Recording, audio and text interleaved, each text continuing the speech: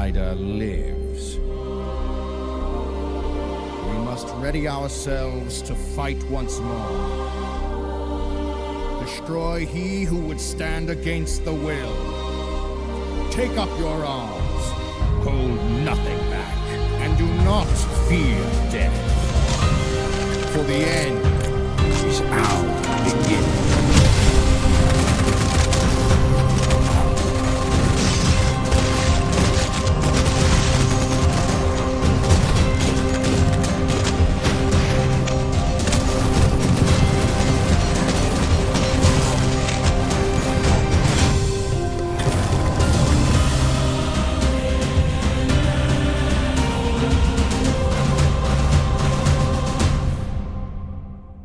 Welcome back to Cultic.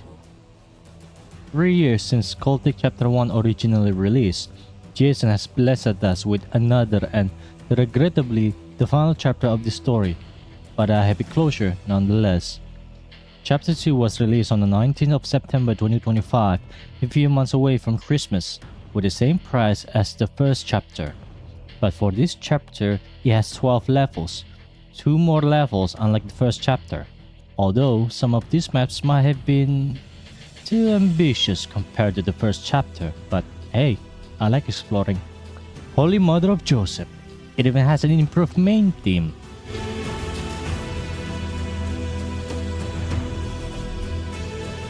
I like this better than the first one. Like the first chapter, the survival horror tag still applies, but I think it's in this chapter that the survival part feels very tight, because no matter how well I did it, I almost ran out of ammo midway through the game. Probably a skill issue, but yeah, even on standard difficulty. As for the horror, it feels quite upgraded in this chapter, but we'll talk about that later. It's not going to be as long as the first video, hopefully, but without further ado, let's start where we left off.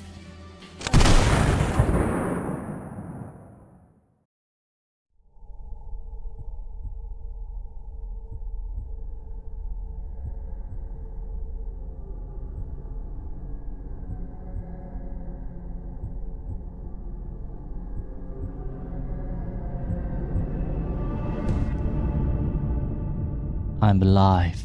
Again. I admit I was expecting to be greeted by cultists upon waking up, and I was pretty confused. Recalling the end of Interlude, the cult decides to restore the connection instead of finishing the job, which I found odd. Did they know he would come back? Why give up now? I had pondered some theories as to why they didn't finish the job, but then I remembered they sold the entire city. While Interlude didn't say much as to why, I went with the most plausible reason. Either Druk is still alive and remains a thorn in their side. Why are you looking at me like, or they're preparing for military retaliation since a whole town has suddenly gone dark. With their base established, it would be best for them to regroup and gather more strength for their upcoming plans. With high-ranking authorities in bed with the cult, it's easy to delay for help to arrive. Besides, what's a cop's going to do anyway? Wake up and move elsewhere? Unfortunately for them, that's what happens. You can add your own theory as to why they didn't destroy the detective. Back on the topic, you leave the morgue and access the only clear path out of the station. A punchy gun after waking up. Not bad.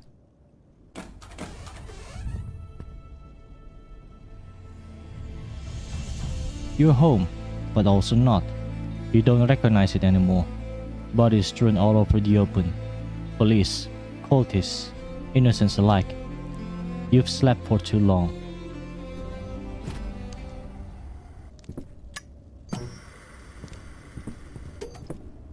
Didn't realize it's also haunted.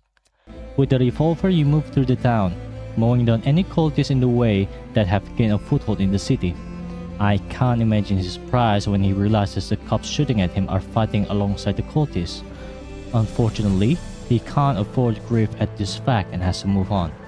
Oh, and if you're wondering, yes, I played this whole chapter again on extreme just for you. A bit of a show off, I know, but I purposely chose that so I can take it slow to record this whole thing and not chase the euphoria I get from inflicting extreme prejudice on these heretics. One thing I like to note about this chapter though, unlike the levels in chapter 1, which are mostly linear, Almost all the maps in Chapter 2 are open and wider, without any obvious linear direction to your exit or objective, basically encouraging you to explore all around at your own leisure. However, this fact did cause me some trouble, because at the first level, I did get lost for a while until I found the correct way to where the barricade gate is. The limited 4-color palette mostly contributed to making the other environments in the city look the same, and it won't be the first time it happens in this chapter. To some of you who might be playing this game for the first time, you'll be surprised to learn that back when Chapter 2 released, there was no map system. I can tell you Doom fans are jolting your eyes out at that heretical fact, but yes, I'm serious. The map system was never implemented since Chapter 1. Before Chapter 2, it wasn't really needed, considering how linear and recognizable the levels are. It took Jason a few days or a couple of weeks, I think, at the player's request to make the map system and implement it into the game in the next version hotfix, which also applies to Chapter 1 interlude. Better late than never. I must say, I didn't expect it to show a third-dimensional map in the game. It's much easier for me to read. Also, if you need some notes at certain levels, it will update your map and point out the locations of your objectives. And you might also notice that Chapter 2's music is getting quite an upgrade compared to the previous chapter, like the one you're hearing right now. The music in Chapter 2 barely has a retro electronic edge to it now, just orchestrated notes of devastation, desperation, sorrow, but also hope. At times, unexpected nostalgia. Sometimes I don't like how it tugs my heart. As you move around the town, you'll encounter this bugger.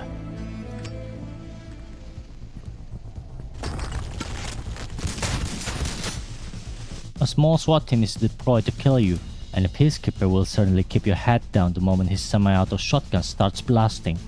Luckily, damn son of a bitch is not immune to fire.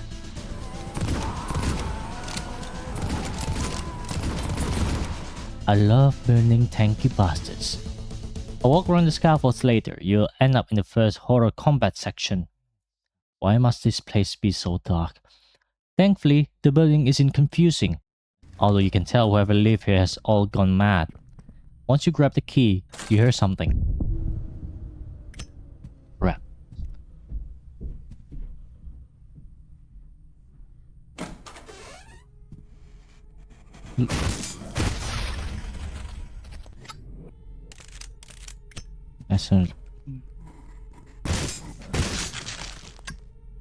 Scary looking skeletons, I know, but the fact that it sprints right at us without barely any sound makes it more unnerving.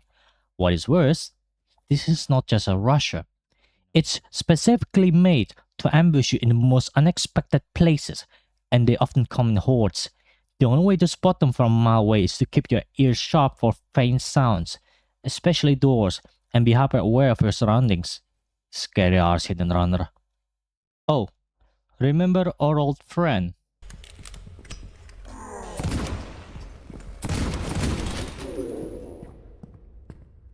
What is the death's fascination with chainsaws and claustrophobia? Oh, a bar?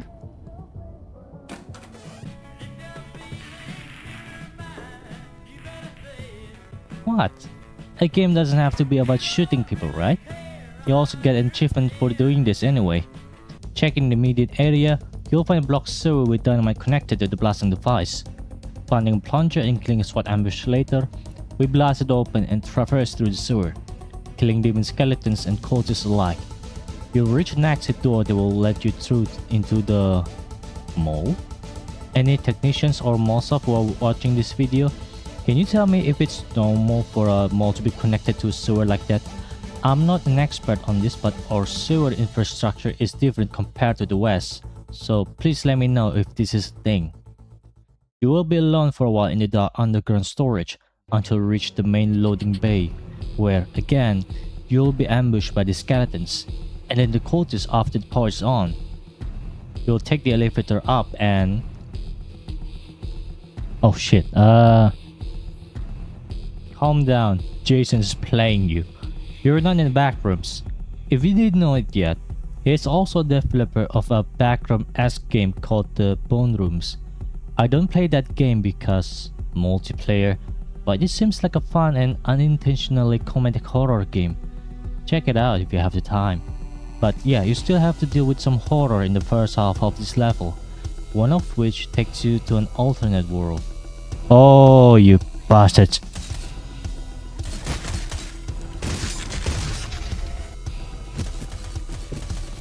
Arsehole.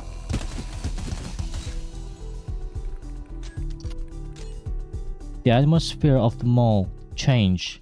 Empty and looted shops, combined with lack of citizens' noise, and the cult has set up makeshift platforms, wire fences, and barricades, disregarding the beauty of the plazas and turning them into another slum.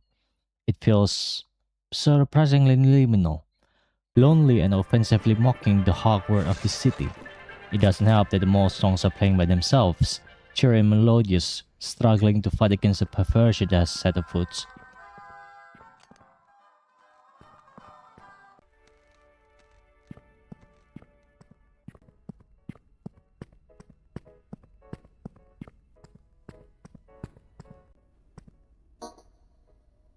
You got that right.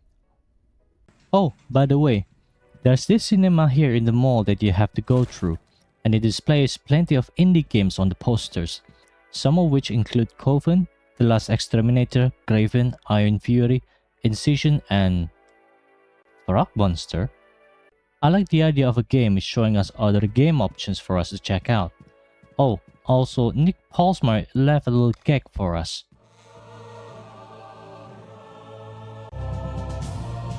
Morgue have to be everything. Jesus Christ. You also get an achievement for sitting through this whole thing. It's the reality for indie developers, but I admit it's a bit funny that I even bother to sit through it.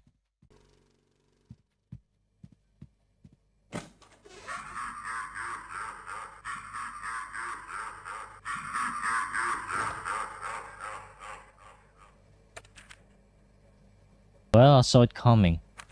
And you're dead. Was it worth it? You'll eventually get to another sad action scene, but not without encountering another kind of enemy first.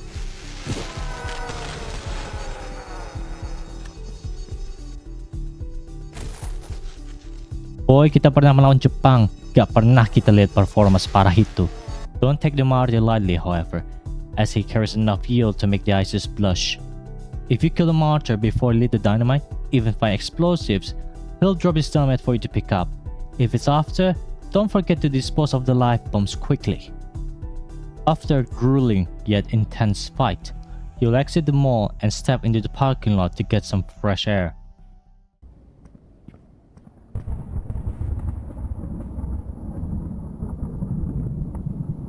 Oh shit, here we go again. Yes, I was right. We ain't done yet.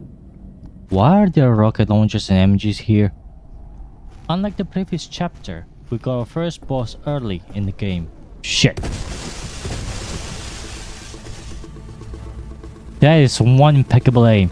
They definitely raided the National Guard. Thankfully, even on extreme, its guns don't hit as hard as regular cultists. However, that is a combat chopper. I took some time finding out what kind of chopper this is, and it turns out it's the goddamn Bill AH-1 Cobra. This thing went to Vietnam. Although, I'm not sure it's supposed to exist in 1963, but who the hell cares about that? The pilot has an immaculate aim for both machine guns and rockets, and is capable of doing strafing runs to cause me some confusion. Don't worry, you can hurt it with your guns, but it will be best using Maxim guns and low launchers scattered around the map. To my surprise, the shotguns are surprisingly powerful enough to damage the chopper. Both of these weapons are considered temporary, as they are heavy and bulky, causing you to run much slower, jump not as high, and disabling you from climbing stairs with them, so I hope you're bringing that around because you see someone to shoot at. After a while, you finally damage the chopper enough to force it to retreat, and you can proceed forward.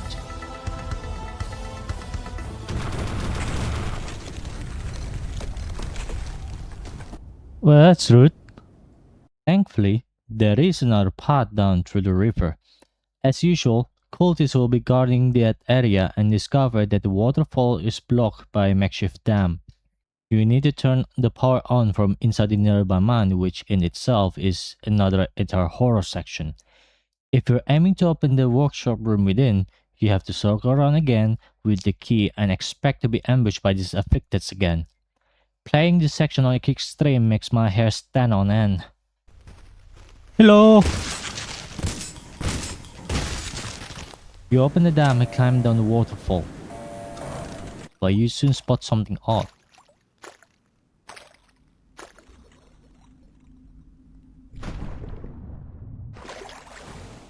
You'll reach the swamp, but its ponds are filled with something red, corrosive even.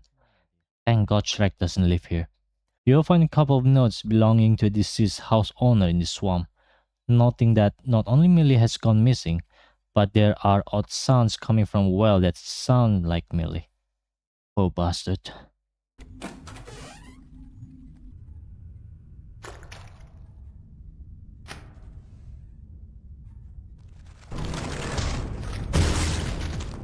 Officially, this thing is called a rotten, and for some reason I keep calling it a shambler. Works either way. This monster can go underground and pop up near you like a worm, and is capable of grappling you in its grasp. Worse, it's a horde monster. The cultists are not present, opening the doors through the swamp barricade, and you'll find that the cult has set up shop down here. Tall towers and cabin platforms made out of wood and shingles. At one part of the swamp, there is a hastily created dam, with blasting device not far from it. There's a note. That dam is our path to the next level, and we need to find explosives through the swamp. Funnily enough, you come across a note belonging to a cultist that actually complained about his own cult's actions. I like that even though the cultist is devoted to set up their human moments there. Thank you for the raffle. Not sure what to make of that. Through finding all the dynamites, you blow the dam open and enter through the sewer, leading you into the slaughterhouse. This place is not better. It's incredibly grotesque, bloody, grim, disgustingly oppressive. Psychopath's wet dream. The personification of the question, what if humans are just another kind of animal? The music, Condemned Flesh, is not helping it either. We soon see another byproduct of their harvesting. This fleshy growth is blocking our path. You need to activate the mixing tanks to sanitize and destroy the growth, as it is connected directly into the pipes. Now I must say this first. I'm disappointed that the growth is completely underutilized other than being an obstacle. I was imagining I would have to deal with retaliating growths, something that would spit at me, or being an invulnerable target specifically for this level, but no, just the usual cultists. Anyway, you're going to have a long walk through this facility, like nearly circling around the place in a way, especially going through what the slaughterhouse called the cattle chute, onto the loading bay, and back into the building again, and then onto the roof. I'm actually surprised I didn't need a map to figure out which way I needed to go, considering how large the complex is. And this level is the first time I have somehow faced optimization issues. A pixel-based game causes lag? Weird, I know, but that was the case for my laptop. Jarringly enough, there are two different freezing chambers on this level, purposely made to shorten your visibility and as ambush sites for the demon skeletons and butchers who wanted another run at me.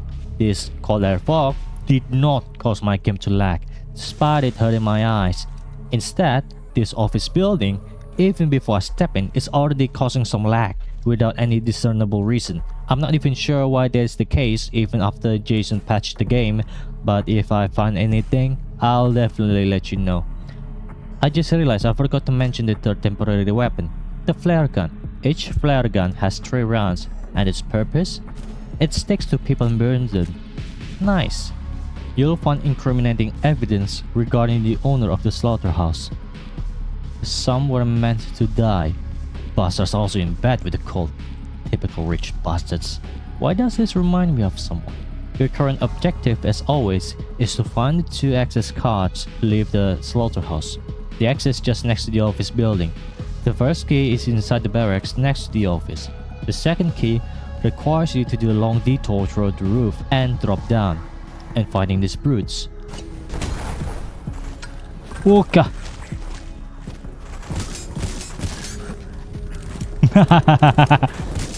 Before we exit though, I noticed a shining book inside the slaughterhouse.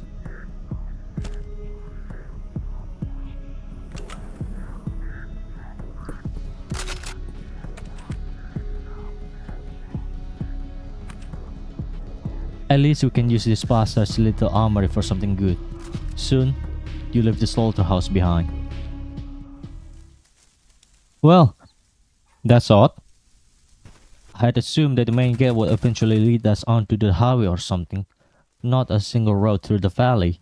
Even then, the main road has been turned into one long outpost for the cultists, so it's because of this bridge. Understandable. However, I have to ask, why the hell is this the main bridge for vehicles if there's an endless abyss below? Where do they keep finding this?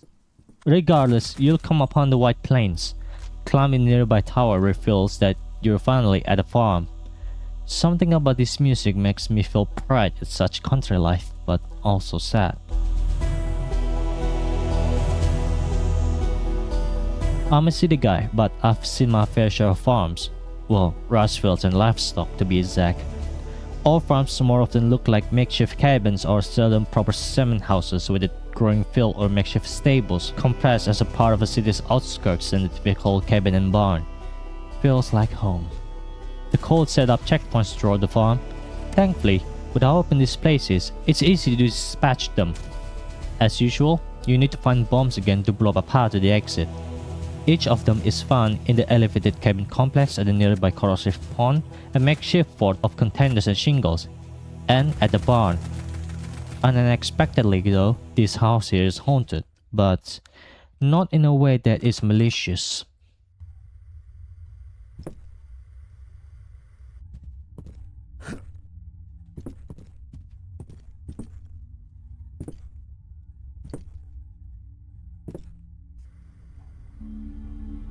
We somehow stumble into the other side. I'm not certain if we jump back in time or in another world, but one thing is clear. We were here before.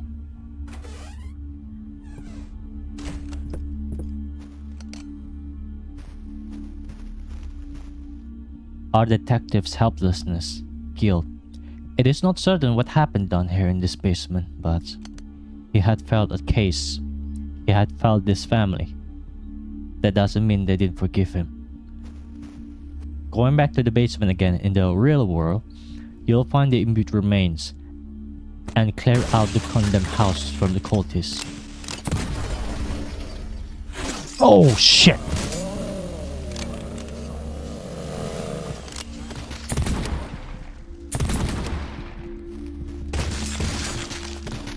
The family may finally be able to rest now.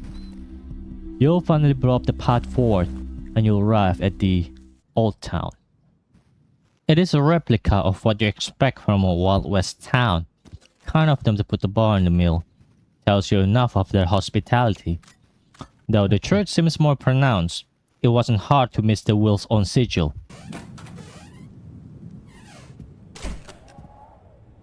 Ah, detective. Honored that you could join us.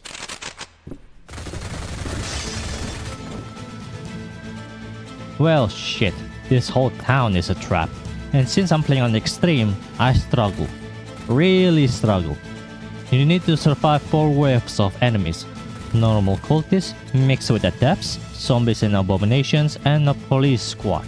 Got my ass kicked at the last wave by the cops. Moreover, it's easy for your armor to be rendered useless within a few shots if you're not hyper aware. Once the 4 waves are over, we get a checkpoint. The heli is back for another round. Thank God for the checkpoint. Now the Maxim and launchers have something better to use for. But for this fight, if you cause the heli enough damage, the chopper will fall back and call in reinforcements. Holy shit, I hate that. Thankfully, the reinforcements only consist of normal cultists, so you can just sit in a hole at the back of a bar and just use that as your kill zone with a shotgun. You have to deal with the reinforcement twice. At last, when you're about to run out of bullets for some of your guns, the chopper is burning and finally retreating away from the old town. You can now move through the church and move to the next level. Welcome to the fairgrounds. This map is what draws me the most, not because of the castle or the snow or the emptiness. It's because of its bright light colors that will entice children, and I'm seeing pink and purple now. This is not what I expected from a limited 4-color palette game. This is the only map in all chapters combined that feels more colorful than any other map. Despite the presence of enemies and bodies, the atmosphere feels warm, accepting, as though it tells me that its Christmas spirit still remains no matter how much they try to corrupt it. Of course, it is a big map, much bigger than New Grandual. This map here is the only guide for you to travel before the map system existed. Of course, this is where you'll struggle a lot. Again, it's much worse than the old town. If it wasn't because of these buggers, they did not have an armored arbalist. They're the reason I was almost run dry. What the hell, Jason? I've died at least more than 5 times during my playthrough. And I even have to resort to a quick save because I had thought that by activating these levers, I automatically get a checkpoint. Apparently, it only works for some levers. God damn it, dude. However, I'm a stubborn bastard, and with massive perseverance, I managed to kill everyone in my path, activate all levers to lower the bridge, and enter the castle. Oh, that's the music I'm looking for. I went in with careful aggression, despite running out of ammo for my 357 shotgun. The bloody stand was vital to kill tanky enemies. Then I found more 357 and shotgun shells. Now I can hunt big games again. I continue on, neutralizing anyone occupying the castle courtyard, and open the castle gate towards my exit. The next stop is the arena. Of course, it's a boss level. I pick up all the ammo I can, modify my guns, and then step into the arena.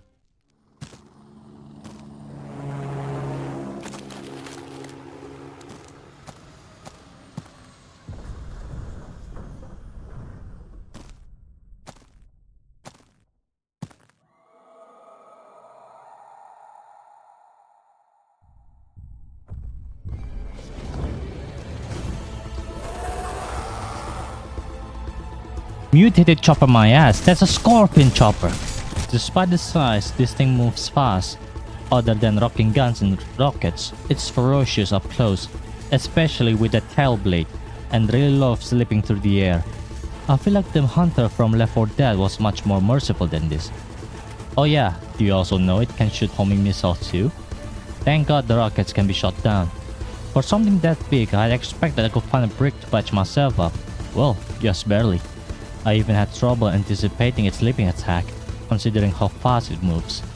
Didn't even cross my mind to use my flamethrower. After both my shotgun and FG-42 ran dry, I resorted to spraying my stand on its last legs, and I did it, barely.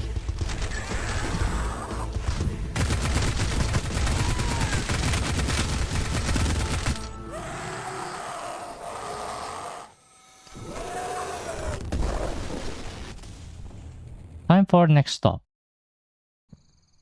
The train station, next to the fairgrounds, and the mood changes again because of the music. I would best describe this part of the level as taking a calm stroll in the park while going no rush on anyone who tries to inconvenience your day. It sounds badass when I put it like that.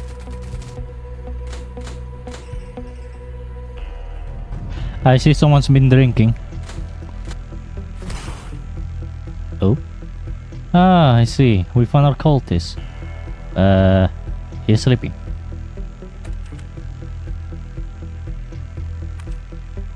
Reasonable crash out. I'll leave him alone. That's the first cultist I refuse to put a bullet in. Honestly, I'll be pissed at the cult too. A little looking around later, you'll find the key to access the train platform. But you'll find the train car is locked as well, so you need to go to the other side of the platform to find a different key. Walk through an ambush, and finally, you're in a train. Time to hijack this train.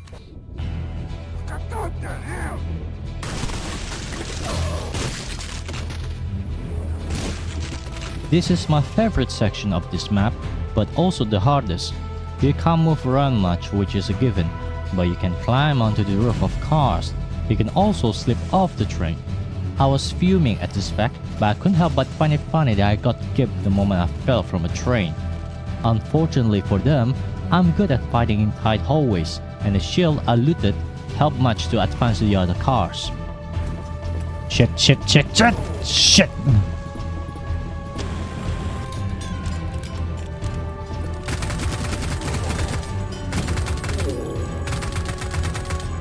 I'm more surprised that they fit in. Then the train finally stops at an abandoned station.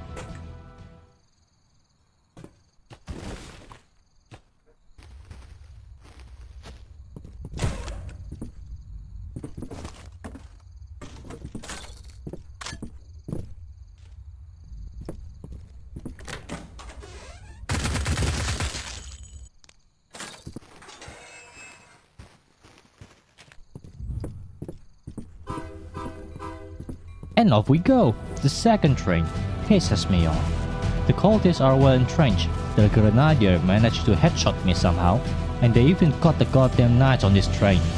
But finally, we reached the end of these train tracks.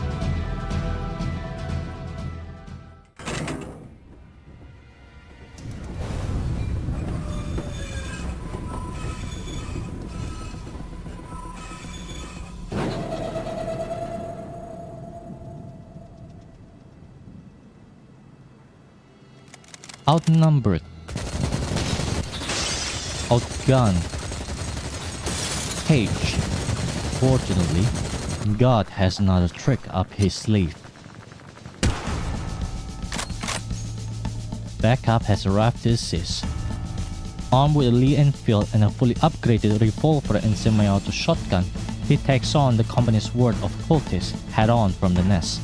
And, as it turns out, Lee Enfield doesn't need an upgrade, making it the second non-upgradable gun in the game. While the gun is fitting for sniping, it didn't stop me from practicing the Mad Minute on these heretics without a scope with impeccable precision. Yes, the Mad Minute is also an achievement in this game. Your objective now is to assist the detective in getting the train running again by shifting the tracks. You need to scour the container warehouse, clear out every cultist you see, and find the keys to access the control tower. I don't know if it's just me, but does it feel like a rookie here actually makes it look easier than us playing as the detective? Man is built differently.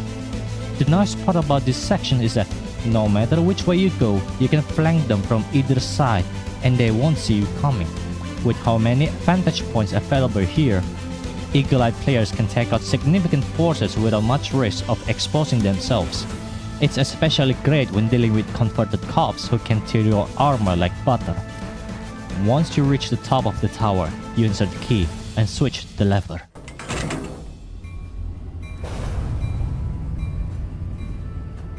The detective only returns a thankful glance, now on his way to the fairy mountain where the connection happened.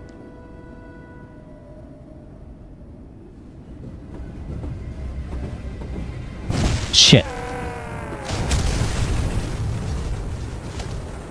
Well, that's rather anticlimactic. Don't worry, you still enter the next level.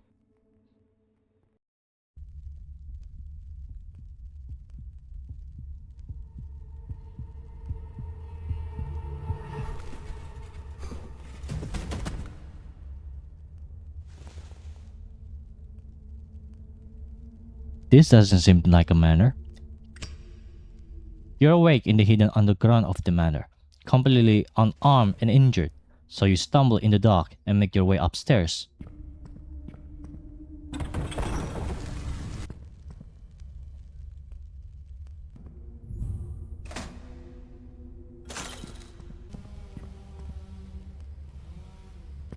Oh dear.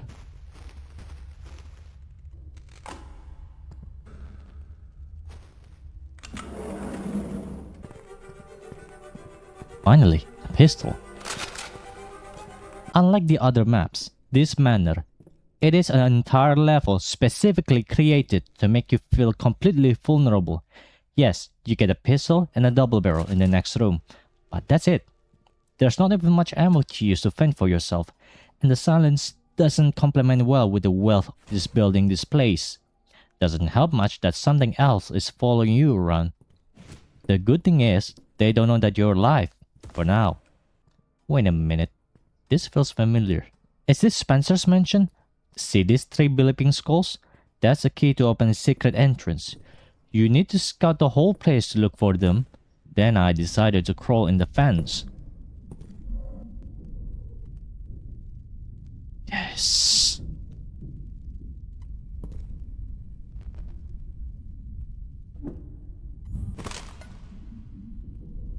Ah, dude. Why, oh why? Oh. Then I go on a little distraction.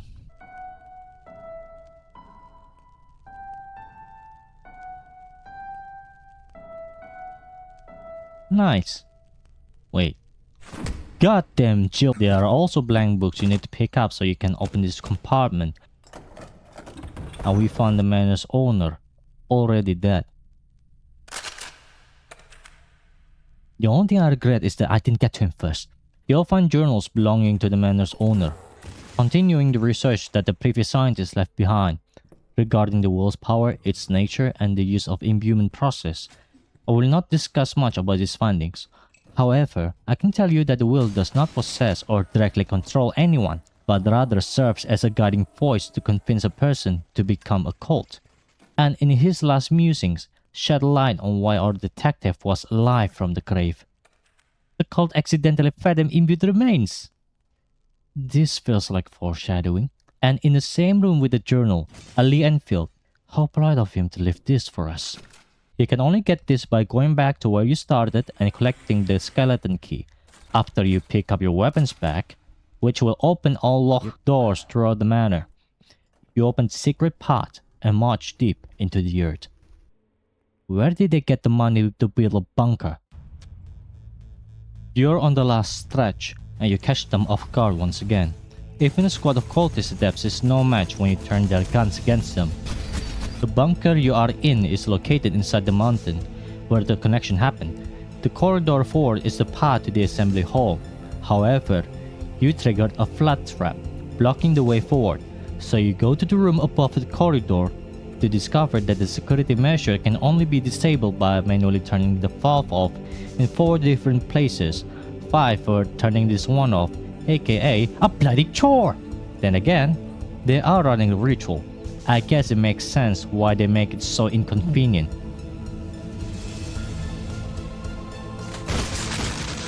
Yes, the cult has a sense of humor. During your tour, you come across something familiar. What I didn't know back then, this is also a horror section. All that for a gas can to fix a nearby elevator. 22, 47, 295, 63, 201, 776, 55, 77, 29, 46, 96, 16, 348. It is time. If your number was called, locate your exit kit and consume the contents. The end is our beginning. I do not know the significance of this message, but if you know anything, please let me know in the comments. You'll eventually come across a platforming section involving pipes leaking corrosive blood all around. But then, I found the secret. Suspicious. It's for this elevator here. It'll take us to...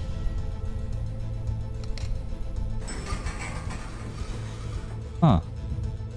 Is this a developer room?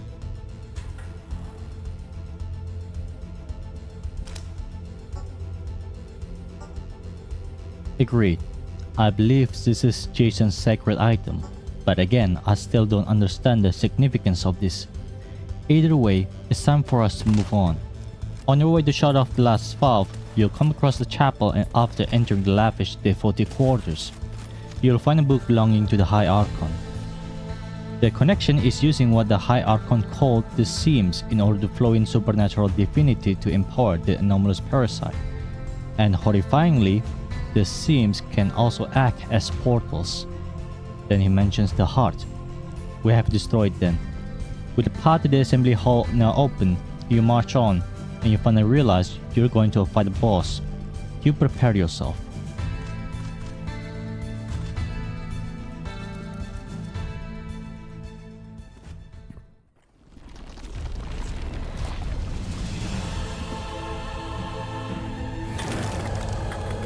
Ah, shit, you again. Oh boy. I was a bit caught off guard when I fought this boss again in this level. I didn't expect a boss monster to be prepared to fight me with extra armor. It's like the monster is also taking notes from his last fight with the rookie. Once the armor finally comes off,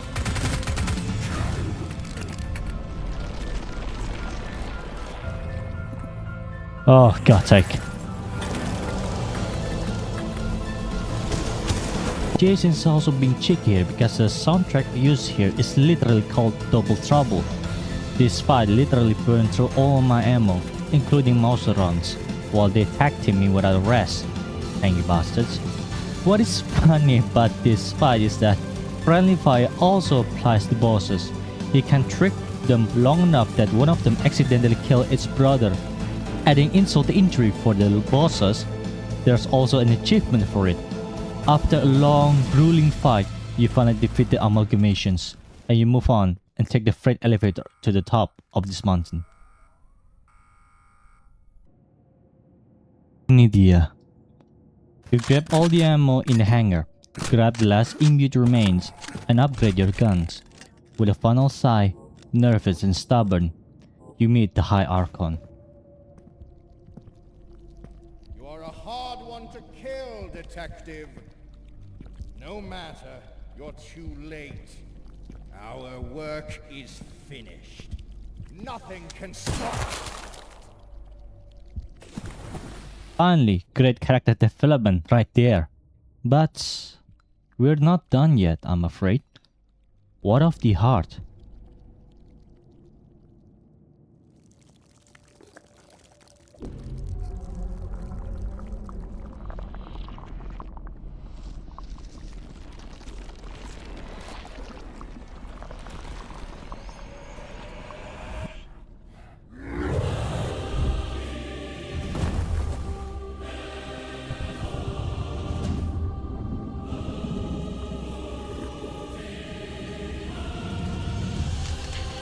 Behold, the power of the will. I completely struggle fighting this Archon. The Archon is not holding back. If I fight up close, they will straight up rush for me with straight punches, kicking and overhead strikes, barely spending away all my stamina. If you get unlucky, when it dissolves into the floor, they will grapple you, choking you by the throat and throw you away like garbage, chipping away significant health. Not even from distance is safer. He can shoot laser beams, magic slashes among other magics, and if he's feeling rowdy, he can leap across the field. This bastard clocked me plenty. I was fighting this at night, sleeping tired, and I got so angry I had to borrow Dante's chair and finally lock in. The only way to fight this arsehole? Keep your eyes on him at all times. You'll eventually notice an attack pattern. Man, I love this goddamn boss. I persist, stubborn and nothing to lose. I finally finish him off with a bloody double barrel.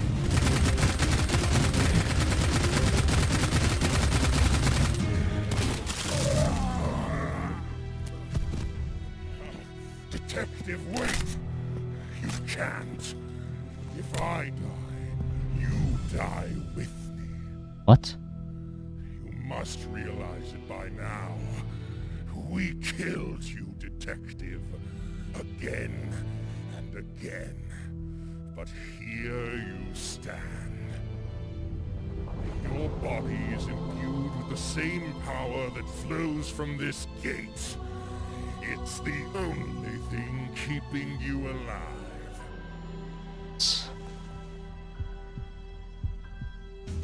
Doesn't matter. Wait, no! If you destroy the heart, the connection will be severed.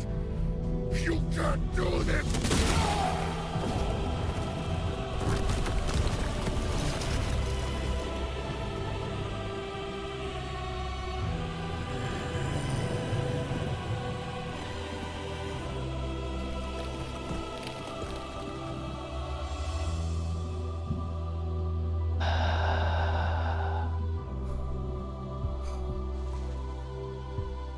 is over.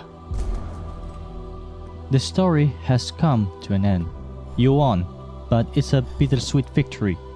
New Grindelwald is gone, and no one will remember you, but the world owes you some thanks.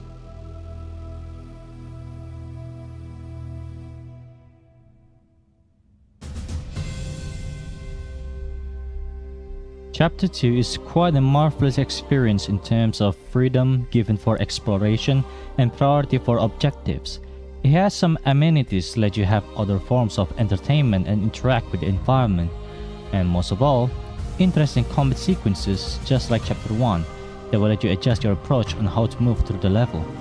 Despite its genre, the horror sections are effective in a way that it does not chase for cheap shock value, but also not so on the nose that the horror feels like a slog to be played through. I like that some sections are specifically psychological instead of dangerous. Combined with the rather tight need to conserve ammo for survival, it is a strong combo for a challenge. However, I feel disappointed that beyond the temporary weapons and Lee Enfield, there are no other gun variants. The same can be said for enemies as well, as this chapter only has 4 new enemies appear in the game, and with how big the maps are, I believe they could use a few puzzles to mix things up. Also, Chapter 2 has 3 new survival maps: Shop Till You Drop, which is the 2 main plazas from mall level, High Noon, literally the entirety of the Old Town level, finally, Off the Rails, covering the main open area when you played as the rookie during the train station level. Each map has its own theme music, unlike Chapter 1. Mari kita main asik sayangku. Would I recommend getting Chapter 2? Yes, I still would. If it wasn't for pixel nostalgia, gunplay, and its challenges, I would play it again just for the music. Here's my top 5. You can check out the full soundtracks on his YouTube channel. Before I end this video, there's a little extra from this game.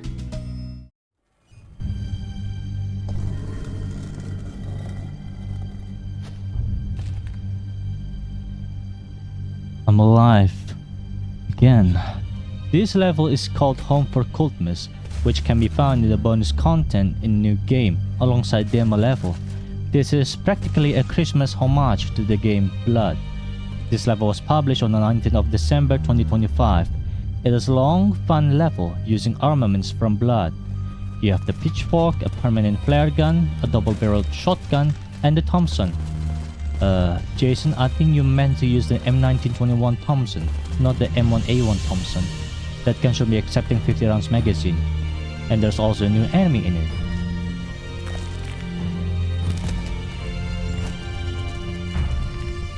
Of all the things I expected, getting molested by a hand was not one of them.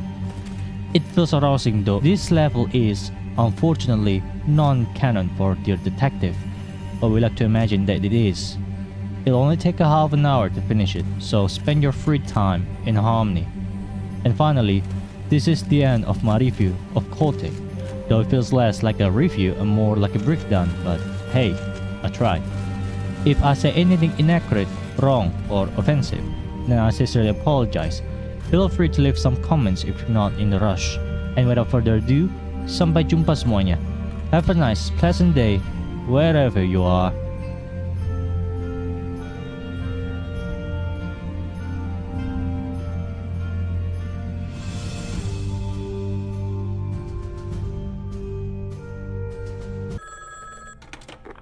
Yeah, Ma, look, I'm sorry I hung up on you, but I really can't talk right now. I'm kinda in the middle of something. Burn in hell, you piece of